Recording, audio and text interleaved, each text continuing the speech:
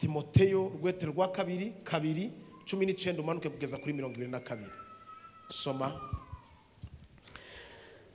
Ariko itanguriro ry'Imana ryo kubaka ko rirakomeye. Yes. Byanditswe ko iki kimenyetso ngo uhoraho araza biwe.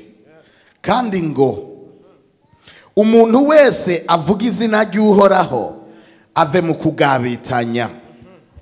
Mu nzu nini y'umutunzi ntihabamwe ibikoresho byo mu nzu by'ibyacuzwe mu nzahabu no mu ifeza gusa, ariko habamwo n'iby'ibiti n'ibyo ibumba, kandi bimwe babikoresha iby'icyubahiro, ibindi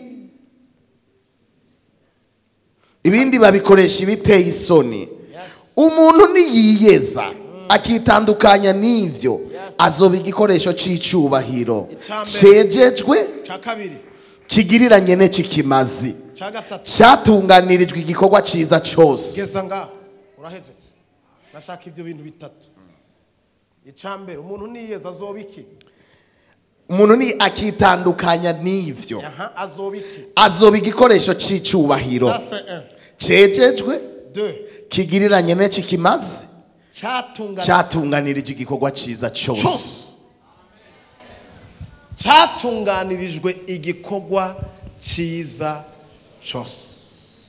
Itanguriro 2, papa unsomera aho hantu hama usobanure. Itanguriro 2:8-9 gusa. 2:8-9. Itanguriro 2:8 kugeza kuri 9. Uhoraho Imana atunganya itongo muri Edeni, mu ruhande rwo mu seruko arishiramwo uwo muntu yabumvye. Uhoraho Imana ahameza igiti cyose c'igikundiro kibereye kuribwa. Mukurikirane iki giti kandi abariko barasoma muri Bibiliya zabo mu vyandike, mukurikirane hagira havugwe ibiti bibiri. Uhoraho Imana ahameza igiti cyose c'igikundiro kibereye kuribwa. Ameza n'igiti cy'ubugingo hagati muri iryo tongo. Naco n'igiti. Ameza n'igiti kimenyekanisha ikibi ni iciza n'ikibi. Yes. Gomez. Shaka urekere ngahe bindi ndavyivugira. Aho ni sawa. Nashaka ico giti, urumva hari igiti yaramejeje igiti kirimo ibiti byinshi bishobora kuvamwo ibiribwa, ibintu umuntu yofungura, hamasubira ameze ikindi giti aho nyene hagati kimenyekanisha iciza n'ikibi. Mu nkurikirane rero ivyijiji muravyumva icari cabumva ikirundi. Ivyijiji muracumva? Ivyijiji niki?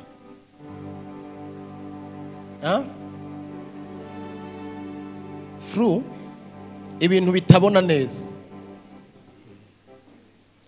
Tugira tuganirire ku ijambo rivuga ngo nta musi numwe uhoraho azogushira mu vyijiji.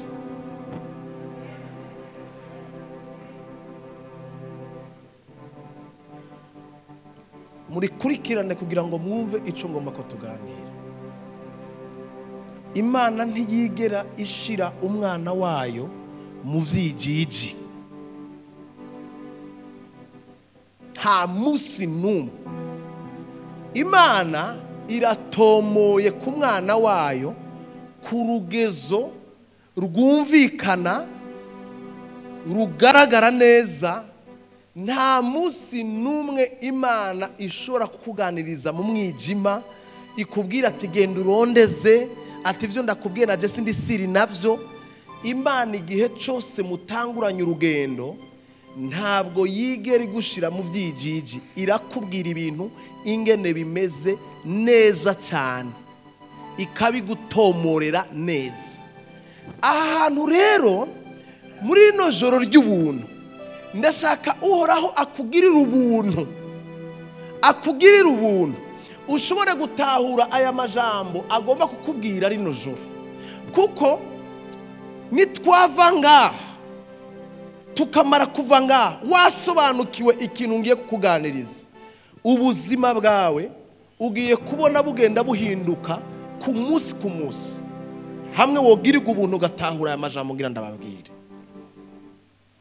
Ngomba nganiriza abantu musoma Bibiliya, ngira nganiriza abantu musanzwe munayigisha, ngira nganiriza abantu musanzwe mufise uburambe mugakiza mu kwisi imyaka n'imyaka. Mugabo ngomba kubaganiriza nkaho umenga n'ubwa mbere mwumvise ijambo ry'Imana, kandi weforme servo yawe yuko ari ubwa mbere ugiye kumva ijambo ry'Imana, kugira ngo bikunde iri banga ngomba guserura, iri banga Imana igomba guhishura muri rino joro, ushobore kurisobanukirwa neza. Imana nta munsi numwe ishira umwana wayo muvyijiji. Aha rero ntaragenda gusobanura, semeni amina, ntaragenda gusobanura ibintu birebire, utufata umwanya je nawe tufata umwanya twibaze duti none ni kubera iki hari igihe twisanga turi mu vyijiji, twisanga turi mu bintu bisobanye, twisanga turi mu bintu bidasobanutse, kandi numva Imana itashobora kudushira mu vyijiji. Ngira ndagusobanurire rero kugira ngo utahure ko ibi ndakubwiye, iyi teme mvuze yumvikana itahuritse. Ijambo nahawe kwigisha riravuga ngo itanguriro ry'Uhoraho ryo kubakako, kurikirana neza, ngo rirakomeye cyane, ngo ririko iki kimenyetso, ngo Uhoraho arazi abiwe. Nyumviriza, itanguriro ry'Uhoraho ryo kubakako rirakomeye cyane, ririko iki kimenyetso, Uhoraho papa arazi abiwe. Kuri iryo tanguriro ry'Uhoraho rikomeye cyane, ngo ryanditseho ikimenyetso kivuga ngo abanje jewe bari kwitanguriro ryanje ndabazi. Hakurikira ijambo rikomeye urishire ku mutima kurusha, kuko akenshi iyo dusoma aya majambo cyangwa iyo tuyasomerwa, iyo tuyigishwa ko n'amajambo tumenyereye cyane, itanguriro ry'Uhoraho rirakomeye, abaririmbyi murashira no muri melody mukashira mu ndirimbo mukaririmba, turazi indirimbo zivuga ku maverse aya mwamwe tugenda tubigisha. Mugabo ndashaka mukurikirana ahantu yavuze yuko itanguriro ry'Uhoraho ryiwe rikomeye cyane, kandi ririko iki kimenyetso ngo Uhoraho arazi abiwe. Hakurikira ijambo rivuga ngo kenshi tudashira mu ndirimbo, niyo tugiye kubyigisha tutaritebako. Hakurikira ijambo rivuga ngo rero abambaza iryo zina bose, iryo zina twubatseko, iryo zina ritumenyekanisha yuko turabaryo, abaryambaza bose, abariririmba bose, abarivuga bose, abarisenga bose bave mu kugabitanya. Iyo tuvuga kugaba ntimugende kubikompara n'ivyaha. Hari ijambo ivyaha, hakabaho ijambo no kugabitanya. Musanzwe kugabitanya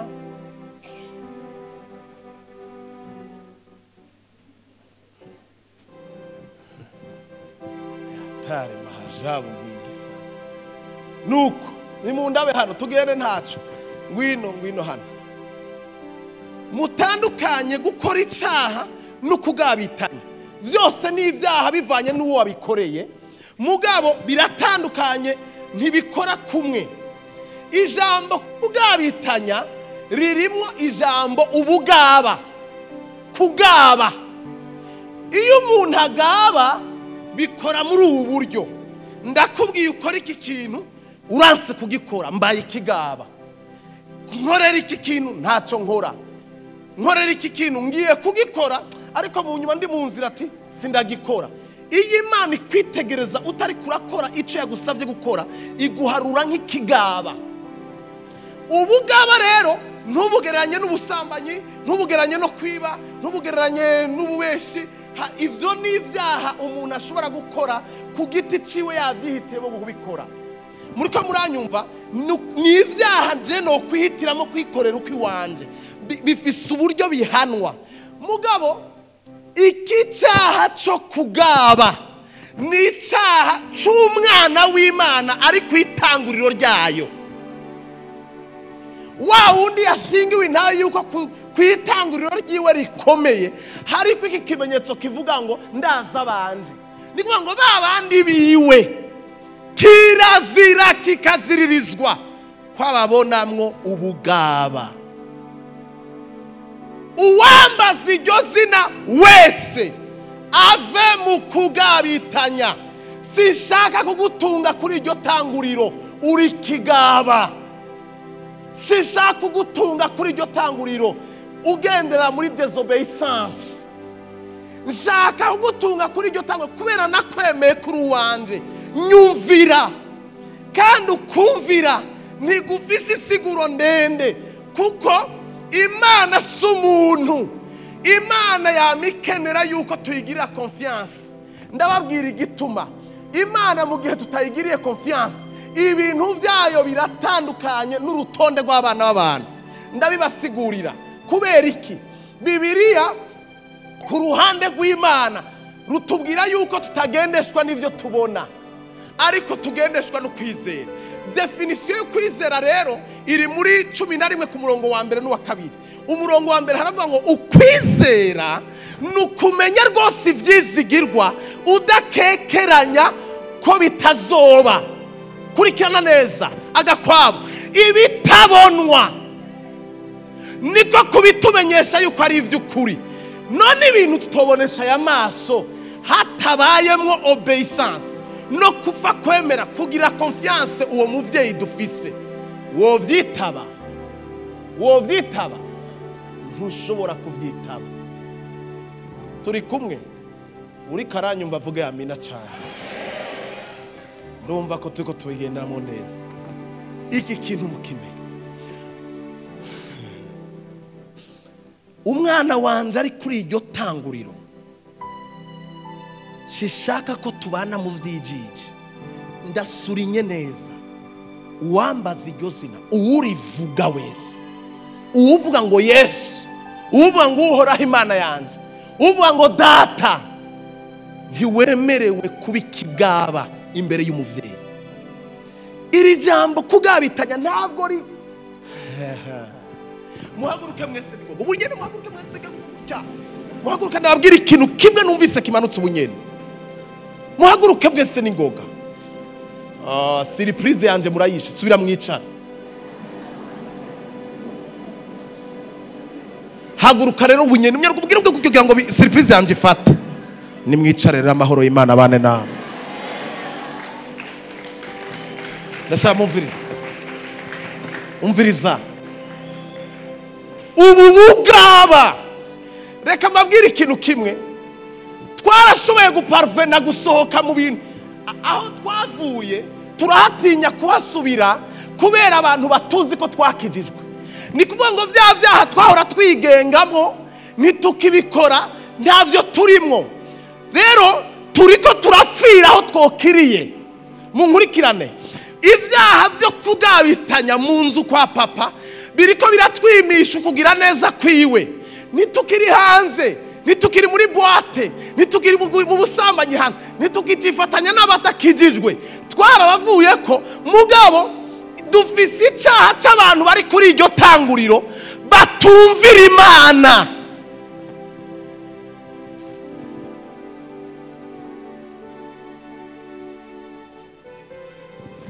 Ndashobora gutanga examen yonanira umuntu bunyene ndayibabwire ubu no guhamagara nkakubwira nti mbwira ibintu bitatu bikwemeza neza ku giti ciwawe yuko uri kuri iryo tanguriro. Wibaza ko upfa kubitora? Ni igiki kikwemeza yuko iryo tanguriro ry'uhoraho urihagaze ko neza? Wibaza ko ari ikintu cyoroshe gushobora gutanga? Ni examen ikomeye cyane. Icyemezo ufise, conviction ufise mu mutima wawe ikwemeza yuko kuri iryo tanguriro muko sawa umeze neza uko risabwa kuri bako ari kuri bayeko vyogora benshi cyane. Imana rero nta musi numwe yigera idushira mu vyijiji. Ngira ndababwire rero les conséquences zituma, ingaruka zituma akenshi dusa nk'abantu turondera Imana cyane, turi mu ishengero cyane, turi mu bikorwa vy'Imana cyane, bigaragara mu maso yacu jewe turi kumwe, uranyemeza nkakwemeza, n'uyu mwanya ndiko ndakwemeza imbere yawe, nawe mu mwanya uraza kunyemeza ni waduga ngaha, urafise n'uburyo n'abakristo mwemezanya, turazi uburyo dufise imvugo, haleluya, hosana, amina, ndamwumva, turafise uburyo tuvyemezanya ngaha. Muriko muranyumva, turafise uburyo twemezanya ko mambo ni sawa sawa, sibyo? Turabifise uburyo turayirondera, twama mu nzu y'Imana, harabaye mu nzu y'Imana, ni mu nzu iwacu, nduwo muri Rezami, nduwo muri Gravite, nduwo muri Fekabu, nduwo muri Zayoni, urumva turi ngaha dufise aho tubarizwa, baratuzi, turi mu bikogwa, uri kuravyumva. Ariko hamwe no kuba turiyo, je na wewe ntabwo dushobora gupfa gusesana ngo tumenyane. Ni naco gituma mukwiye kumenya ko kuri no rufatiro ntabwo gubakwa ko n'abantu babiri, n'umuntu umwe yihitiramwo akikunda, akamenya ati je ndiko ndarwanira ubuzima bwanje, amasezerano Imana iyambwira, ntiyahamagaye umufiance wanje, ntiyahamagaye madame, umunsi nganiriza yanganirije jeje nyene. Ni kuvuga ngo ni afere y'umwana n'umuvyeyi, ntabwo ari afere y'ikivunga cy'ishengero cy'abagenzi bose, ni afere y'imigenderanire iri hagati y'umwana n'umuvyeyi. Iki kintu kukimenya gituma ubaho muri runo rugendo ushishoza, wiyima, witandukanya. Ubonye umuntu mugenda no munyantege nke, ukumva ntibikunda ko kwifatanya n'umuntu w'umunyantege nke, wagerageza kuvuga ati hamwe kubera ndamukunze, je ko ndumunyembaraga, reka ngerageze gukwega, nkakwega rimwe, nkakwega kabiri, nkabona ntavyo ashize ku mutima nkuko nabishize ku mutima, nakatakamba cyancu umugozi, nkarondera uwundi dushobora kuba tuvyumva kumwe. Niyima kugendana n'umuntu agenda arankwega, ahubwo nkenera umuntu twiruka kumwe, kugira ngo shobore guharanira gushika Imana ikene ko ntegezwa gushika. Nkurikirana rero, ndakeneye umuntu umwe azanga kugira ngo ntanga akarorero, womva kumfasha ubutumwa, aze hano, umuhungu nyene cyangwa ingo wewe abandi baragoye, umuntu usike umuntu yizire wewe ufashe n'ubundi, abandi bose mura, ndavuga umusore kamenga mwese murabatama, ndashaka munyumvirize. Badusomeye ijambo rivuga ngo nimumbwire ngo ngwino inze sawa. Twasomye ijambo ryatubwiye ngo kurikirana neza amajambo. Imana itunganya itongo, iraritunganya neza, irishiramo ikintu cyose gikenewe.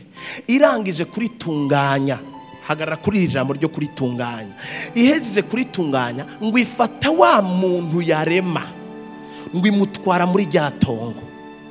Imaze kumushikana mu itongo, imubwira aya majambo, iramubwira ati iri tongo ndariguhaye, riri kuri responsabilité yiwawe, ririmire, ribagarire, rikurikirane.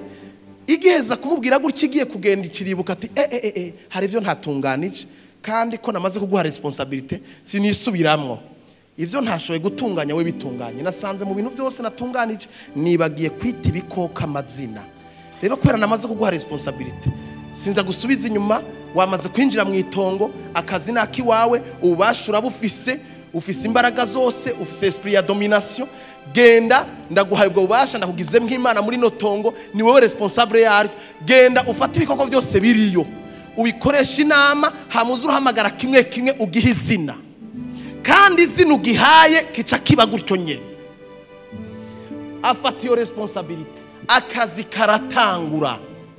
Ivyo yabwiwe nukubagarira, gututurira, kurimira itongo, kurikurikirana, kugerageza kuraba ko ibintu byose bimeze neza.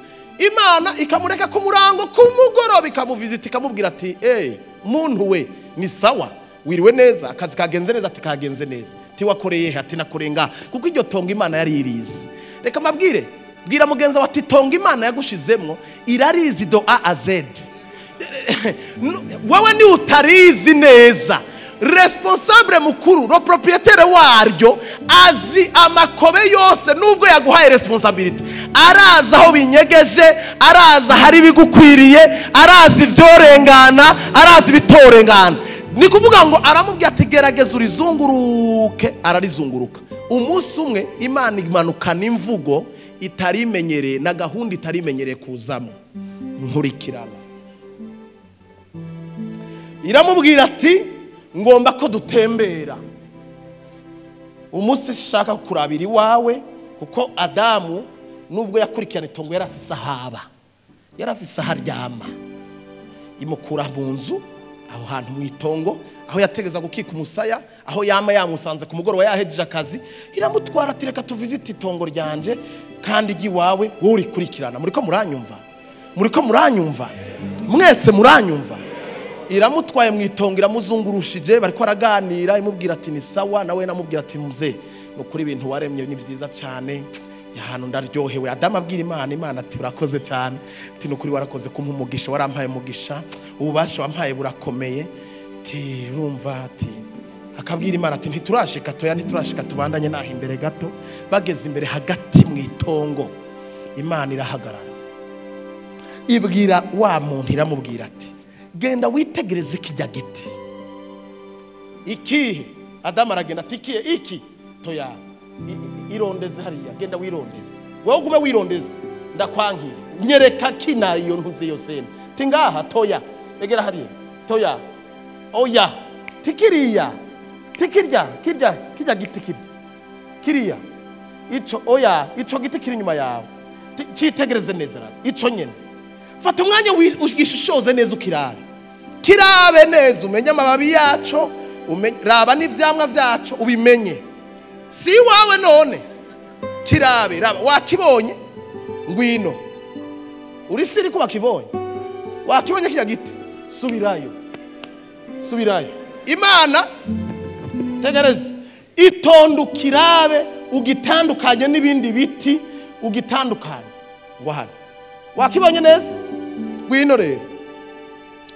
Mu bisanzwe ibiti bindi bihari bifise ivyamwa vyose kula ninjya zawe nubirye, kirya uheje kuraba, wakiravye neza ga monfils, wakiravye ntuzukirye. Urafise ibindi biti vyose, ibindi biti kugira ngo ntakugora, urazi ko ibintu vyose nabikorohereje, ndakwankiye kimwe, ibindi vyose ubirye kugira utavunika ngo uze wihende mu biti birebire ngo wambwiye bitandatu ngo natibeshe. Ni kimwe kandi ahantu kiri nako ari ahantu kiboneka, urabibona. Ibindi byose nurye mererwa neza, ariko kirya ntuzukoreko. Wanyumvise? Umviriza rero kindi rero, ni wakirya ubona ko dukundana uzopfa.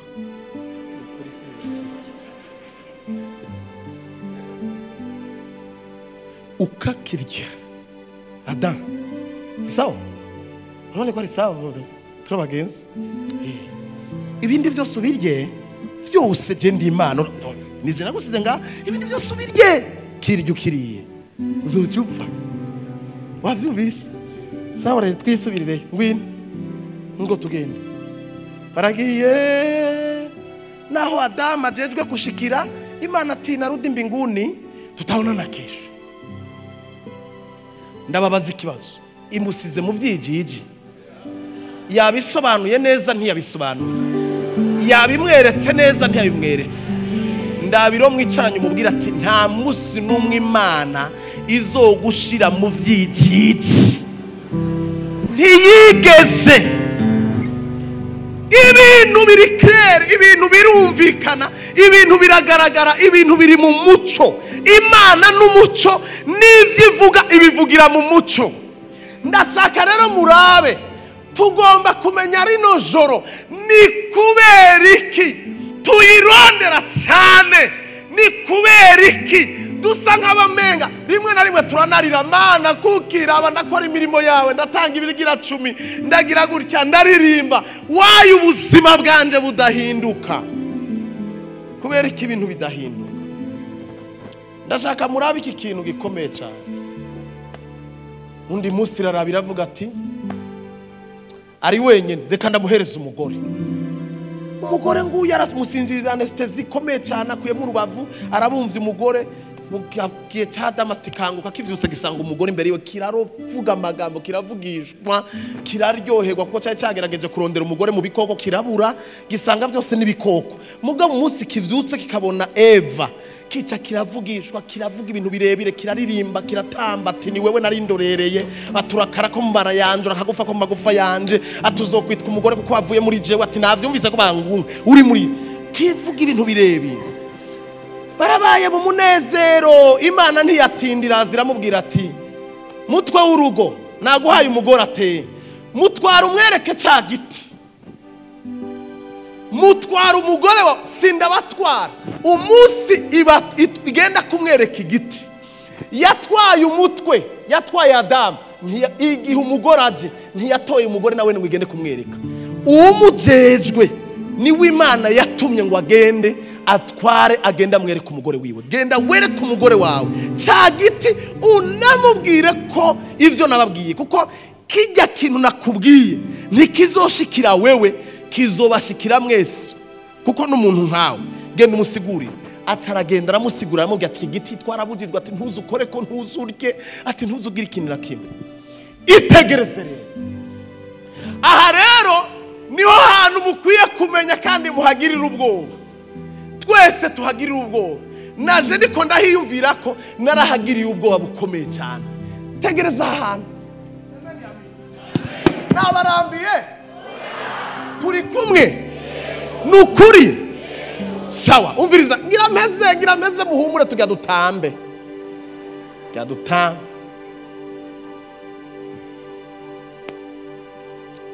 Itongo rikikujwe n'abamarayika. Hari defense ikomeye. N'Imana yamizaho inyonga z'iryo tongo. Imana yama yaje kuraba Adamu na Eva ikabagendera buri mugoroba. Imana iravuga iti ngomba kuraba yuko ico nababwiye bagifatanye n'uburemere bacizeye baza agaciro kaco ngomba ndabageze. Setani aritora kuza kugerageza umwana w'umuntu. Imana yari ifise ububasha bwo kumuzibira. Imana yari ifise ububasha bwo kumubuza. Satani ntiyaje ari inzoka. Inzoka yari isanzwe hari mu itongo. Satani ahubwo yidegije mu nzoka. Kuko ibikoko byose byo mu itongo muri ico gihe byaravuga. Yarabiganiza baraganira. Yambara inzoka. Imana irareka Shetani arambara inzoka. Imana iritegereza seni iravuga ngo nukuri sinshobora kuza kumufasha kugwana ku bintu namubwiye vyumvikana biboneka. Ngomba kuraba ingene umwana w'umuntu ashobora kudefanda ivyazi ashobora kwibera amaso ingene ashobora kuvuga ati hari ico nabwiwe umunsi Imana ibimbwira ntiyabimbwiye mu vy'ijiji yarabisobanuriye neza iki giti kiranyitsa. Donc ndashaka ndakubwira rino joro ubugiye guca ico Imana yamanje kugusobanurira ikakikubwira neza ikakurangira inzira ikakubwira ingene uzoyitwaramwo kuko Imana ntabwo itubwira mu vy'ijiji. Nta musi numwe Satani aza kutugerageza ngo adusange tutamaze gutegurwa. Iki kintu cyumve neza.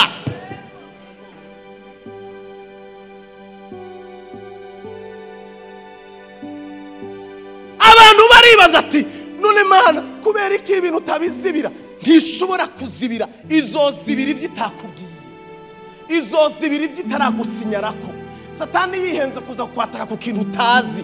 Ivyo utazi ntiyemera. Ikizigahagarara mu mwanya wawe. Ariko ivyo uzi ntiza. Ikeneye yuko nawe iraba ingene ushobora kudefanda ibitumugirirwa neza.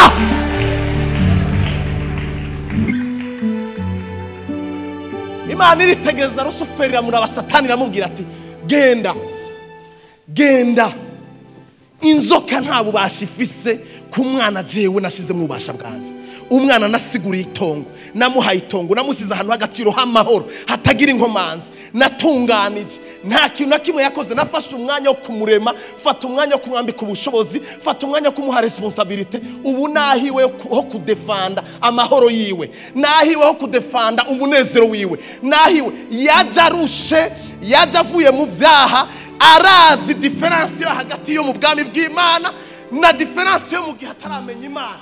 Turiyizi ingene twari turusha tarakira Yesu, turaza amagorwa twari dufise kwa Satani, turanazi n'umunezero twahawe tutaguze mu ibotike, turaza amahoro twahawe atavuye muri yoni.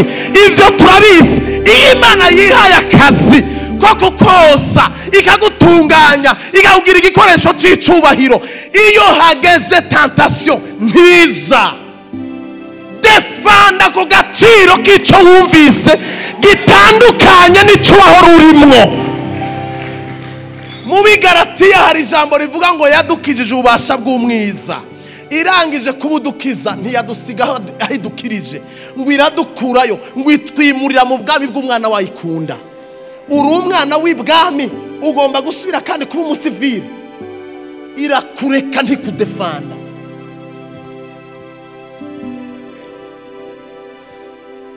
Imana iritegereza Rusuferi yambaye inzoka, iramubwira ati Rusufu genda.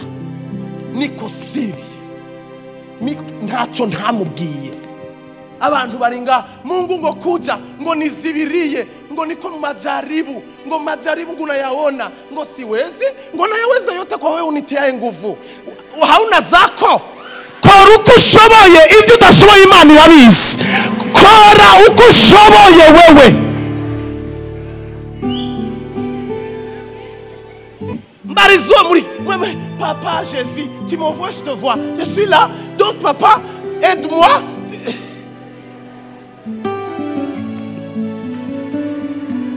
Papa ngo nukuri ntuvyemere, ngo ntuvyemere, ngo bizibirisha ubasha bwawe. Bizibire wewe, bwira mugenzi ati bizibire wewe. Ukuri ntukuzi. Imana yakubwiye ivy'iki umuco w'ubwami urimo ntuwuzi, ivyo kwirinda ntubizi, ibibuza amasezerano ntubizi, ibidutuma udatera imbere ntubizi. Nimureke kwijijisha, reka kwigira gugu. Ukuri kose muri ubu bwami urakuzi.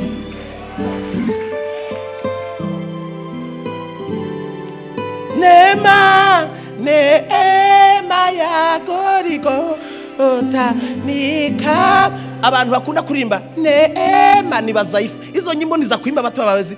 Neema yago naragiri ubuntu, warambonye Mana, ubuntu bwarabihejeje we.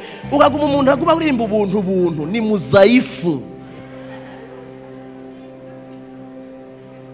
Ni kubwo ubuntu bwawe Mana ntaco twokora kugira ngo twitabare.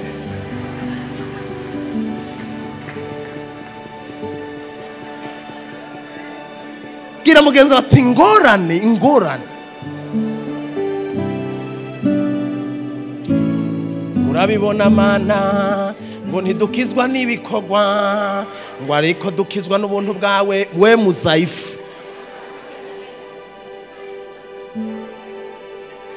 Bibiri ivuga ngo bwa bushobozi bwazura Yesu mu bapfuye bukorera he?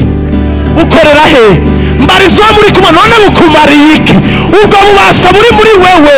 Bibiri ivuga ngo mwifatanye n'Imana hama muresiste wa mugwanizi nawe azobahunga. Icavyawe n'Imana cyose kinesha isi.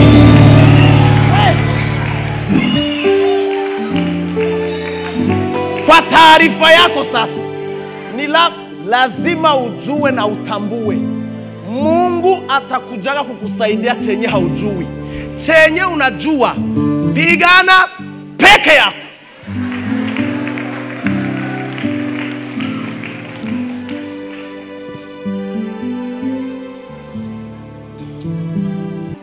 Paulo yaravuze ngo no mu gihe nisanze mu mbombane simperayo. Nige nisanze nafa kuko hari igihe ufatika, mugabo hari igihe mvyukirana umugwanizi nkinanata nkavuga ivyanditswe vyera, nkavuga ngo ijambo ry'Imana riravuga ngo abantu bazi Imana yabo bazokora iby'ubuhizi kandi tugenda twibura mu nkome zisha. Abazi Imana yabo baraguruka ku mababa nk'ari gukuma. Sinzokwama ndi muri ibi Mana ndamba. Na Samusoni yarabwiye Imana ati rimwe gusa ngomba iri ngira ndakubaze inkingi ni Imana yazisugumiye Samusoni? Ninde yazisugumye? Imana nisugumie, suguma baba.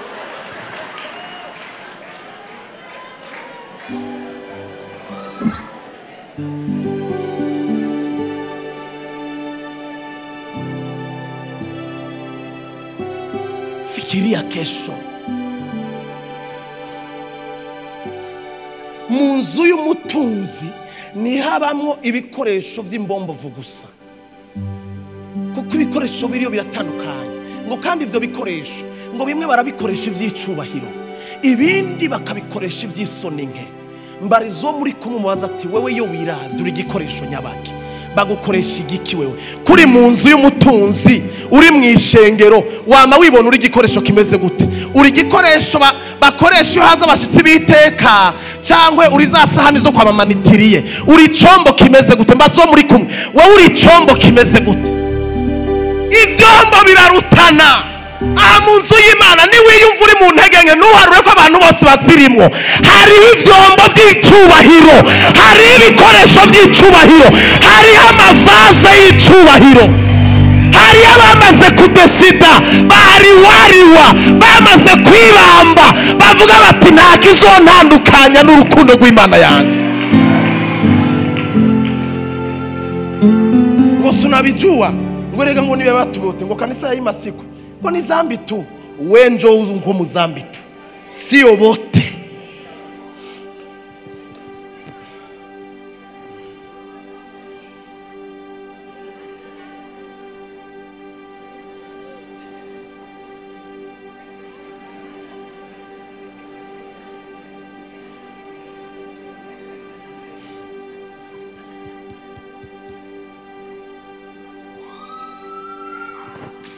Imana irarabira asisi iravuga ati sikui sinza Adamu we ukurugezemwo abari kugenderamwo sinza, ahubwo ngira ndabe kumpesha icubahiro, ngira ndabe ko ntatakaje umwanya w'ubusa ho gusigurira, ngira ndabe ko vy'ukuri za ameni wamuvuga mu ishengero kushobora kwidefanda mu gihe cya tentation, ngira ndabe kudefanda ivyanditswe, ngira ndabe kushobora kubwira uwo mugabo ati no don't touch me, ntunkoreko jewe ndi igikoresho c'icubahiro.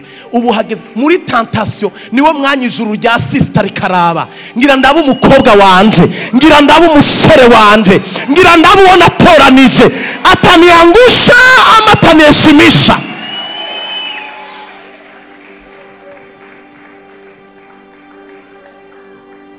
Kavuga ati ikabwira abamarayika ati nimuze murabe ingorere murabona igishije wo nogeje ukimwangusha evidence. Mungu arasema hayi unaniangusha. Urazi ikintu cyakurikiye? Adamu genda musome neza Bibiliya. Eva yaganiriye n'inzoka, Adamu ari ngaho. Genda usome neza Bibiliya. Ibi bintu ngiye kubidekuvura vuba. Nigishije ijambo ntabizi nibwira ngo Adamu ngo cyari kure. Genda Adamu yari ngaho.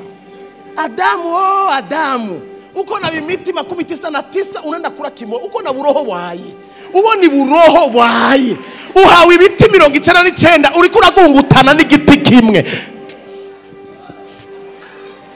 Adamu sitaki kumuona mbinguni, sitaki bamunifuchikage. Nshaka kubona ba Yosefu, nkeneye kubona ba Daniyeli, nkeneye kubona ba Shadrake, Meshake na Abedenego bashobora kuvuga ngo Imana yacu ishobora kudutabara, ariko nubwo itodutabara twebwe ntidufukama. Wewe ufise uburenganzira bw'ibiti 99 igiti. Eva inzokura zingene yamuganirije, yamubwiye ati ngo mbega ngo Imana yababwiye ko iki giti mukiriye mwopfa.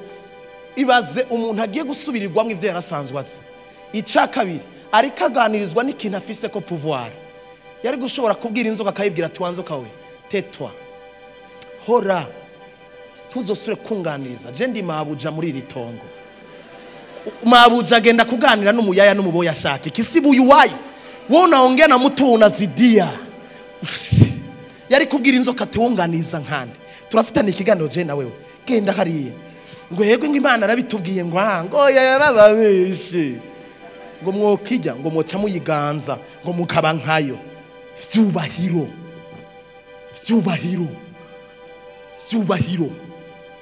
kutemera isoni z'umusaraba ziratuma dutakaza ivy'agaciro. Abantu bamwe kwemera isoni z'umusaraba vyaranse aguma ashaka kwihagara ko mu mafuti ni kopare ni hondi kuma wiki kuri pedicure manicure wimungarisha. Kubari usufrire leo kesho ucheke. Fuka uyu munsi ejo uzotwenge. Isonzesha uyu munsi ejo uzotwenge. Mushaka kwemezanya murambona nanjye ubwo babwejo umwaka urarenganya atawumbwiye ejo teme ntiyashaka yarengana imyaka 10 we gusa wubaha Imana uzokubwira ejo teme azoza kwije condition zose z'ivyo ukeneye.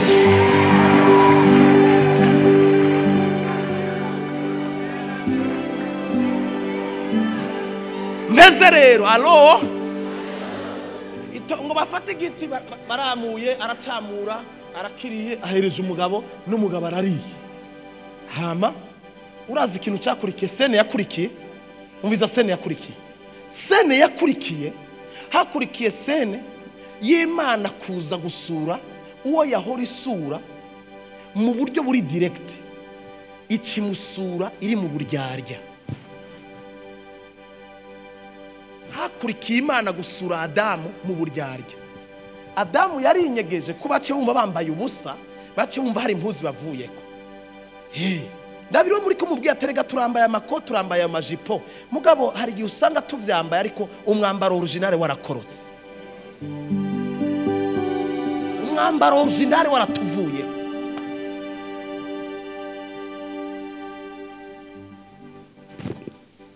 Bafata tucoce ko barabise baca babunda mu ishamba bataremye babunda ngo binyegeje Imana. Hama Imana na ikiravuga ati unatatuza burare acha tubucheze. Ikiza yivugisha ngo Adamu na inamuona Adamu uko wapi na inamuona suripenda ducheze okay au wavuze uti je suis là nadekonye ngirira ubuntu n'abana nibere urikuranye urinyegeza mu itongo ryanye neryo winyegeje nyene itongo urambwinyegereza he. Imana tuwanyinyegeje ati nako okay reka nanje urihe Adamu Eva murihe ko mutanyitaba bumvise kabiri gatatu n'ukuri umugore aramubwira ati twakoze ibara mugabo turiko turanka kumva Imana turaze kuyitaba irabirenzako titwakoze amakosa yambe tujya dukora ikosa rya kabiri munambaki ati muri hehe ko mwahura mungumbira muza erega iyo ikintu cyatakaye umwidegemvye tutakara tugatangura guhinduka aba étranger mu nzu y'Imana aho twahora twidegemvya tunakuba aba étranger kaguma twimvira ko abantu bose batubonye nta wakubonye n'umwambaro original gusa waguye mugabo nubwo waguye ndagufitiye amakuru meza urashobora gusubira kandi kurekipera mu gihe wofashe umwambaro wo usubizwa.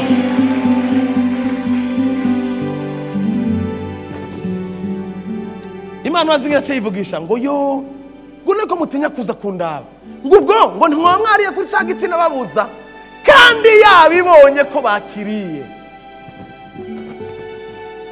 Ikintu cyakurikiye bacara mubwiye atumva batangura guharira nababihanahana umugore nawe ati umugore nawe ati inzoka hazi inzoka umugabo uki. Imana iravuga iti hari ibintu bigoye mu rutonde je mfise mu rubugana.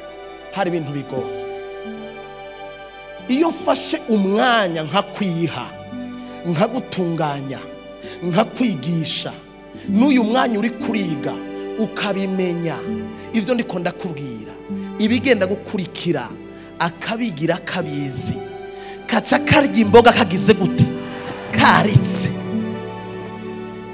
Imana yarabwiye Adamu na Eva, irababwiye ati sije ndabakubita, oya icagezwe nico kibakubita.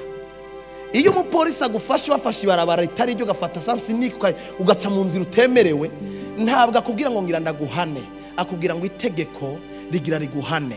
Jewe ndi hano kugira ngo nexecute itegeko nahawe. Raba mpereza ibikoresho vyawe, amara kwimuha ukamusakirwa ngo urumva ngo oya hari itegeko rivuga ko udacanga mu gihe wariciyeho. Rero hari vyategekanijwe yuko utegeza guhanirwa, utegeza kwandikirwa.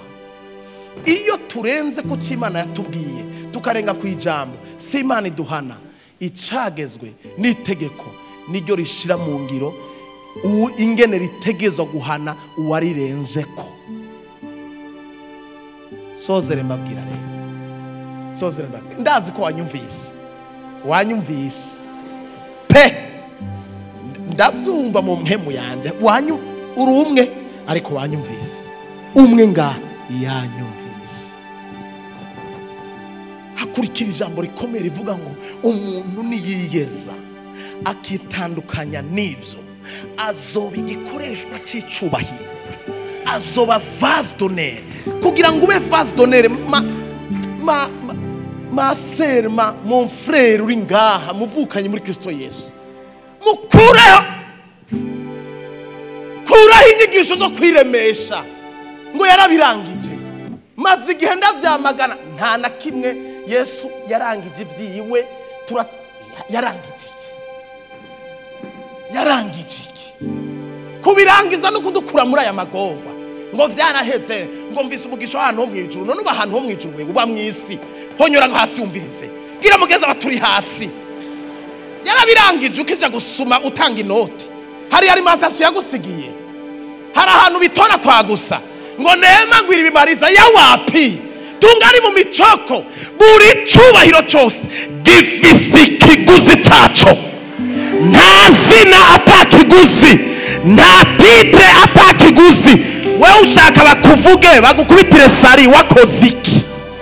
Wowe urinde kugira ngo tuvuge izina ryawe. Umviriza, munyumvirize. Umuntu niyiyeza, subiramo ngo umuntu niyiyeza.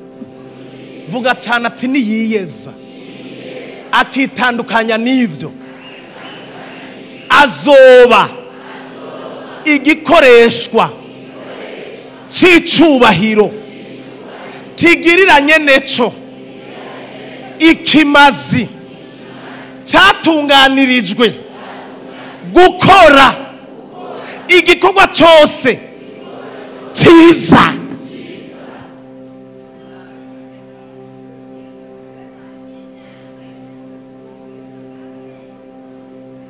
Yesu nashimwe.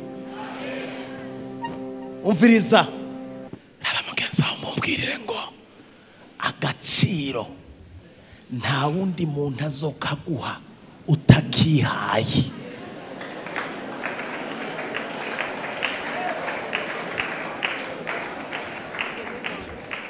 Abantu bagenda kuguha agaciro ariwe wabanje kukihereza. Bibiri ivuga ngo ingabire y'umuntu. Aho rero ngira nganiriza abaririmbyi muri ngaha nabaki abantu mukene ko mugera ku rugezo kanaka. Bibiri ivuga ngo ingabire y'umuntu ni mu ndabe hano. Ingabire y'umuntu ngo ni nk'akabuyenge k'igiciro kinini mu maso y'uwayihawe. Ikibitsanya Imana yashize muri wewe ni wewe ukibona ko ari cy'agaciro cyapresiye wewe, kivuge neza. Ntukeneye publicité, ugasohora indirimbo bakubwira ko itaryoshe, wewe niryoha imbere yawe vuga ati iraryoshe, nije nayiririmbye ndayumva, Imana yanje naririmbiye turi majorité, ijuru ryayumvise, abamarayika bayumva. Ni wapresiye icurico n'abantu bazokwapresia, ni wadegaja ukavyimba ugashira umutwe imbere bazokubaha. Ni waguma uvuga ngo ntibimbereye mukama bazaguma baguha.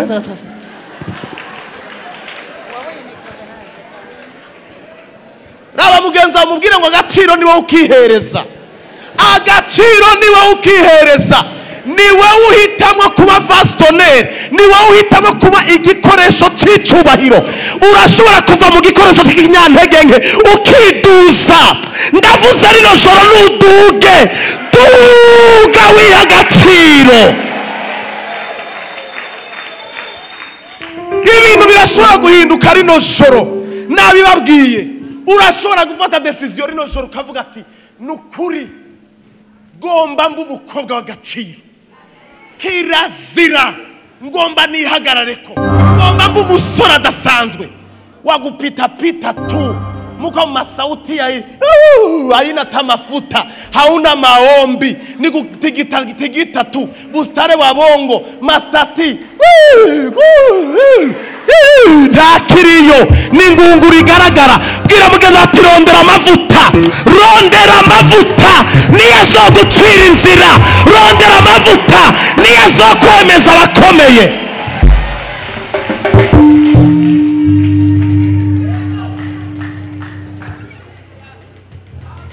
Ubutumwa bwiza ntibudutera isoni kuko tuzi ko buzanira uwizeye wese iki agakiza ugutabarwa. Rino joro ngomba gusengera abantu bagomba guhitamwo kuba ibikoresho by'icubahiro. Tugira duhereze umwanya baririmbyi baririmbe bariko baraheza nko mu ndirimbo ya nyuma nyemereye nsenge uranyemera kandi wamubinsaba ubu nije ndabisabye ngomba sengera abantu bagomba gufata decision uko wewe uri umuntu adasanzwe imbere yawe ni heza cyane wewe uri vastonere wewe ntabwo uri igikoresho cy'isoni nke uri igikoresho cy'icubahiro.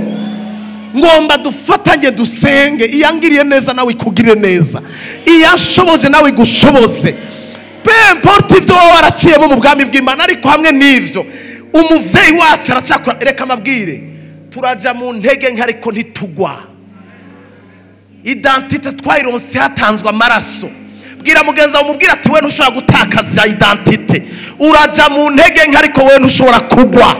Bibiri ivuga ngo umugorotsi yogwa ibiheta ngabo 70 ariko agasubira kugira gute agasubira agahaguruka. Ngomba rero sengana n'abantu biteguye guhaguruka bavuge ngo we bwira mugenza ati 2021 wawe bwira mugenza ati 2021 yo gukoreshwa ivy'ubuhizi ni umwaka wawe wo gukoreshwa ibidasanzwe n'umwaka wawe kuduzwa ku rundi rugeso n'umwaka wawe wo kwandikisha amateka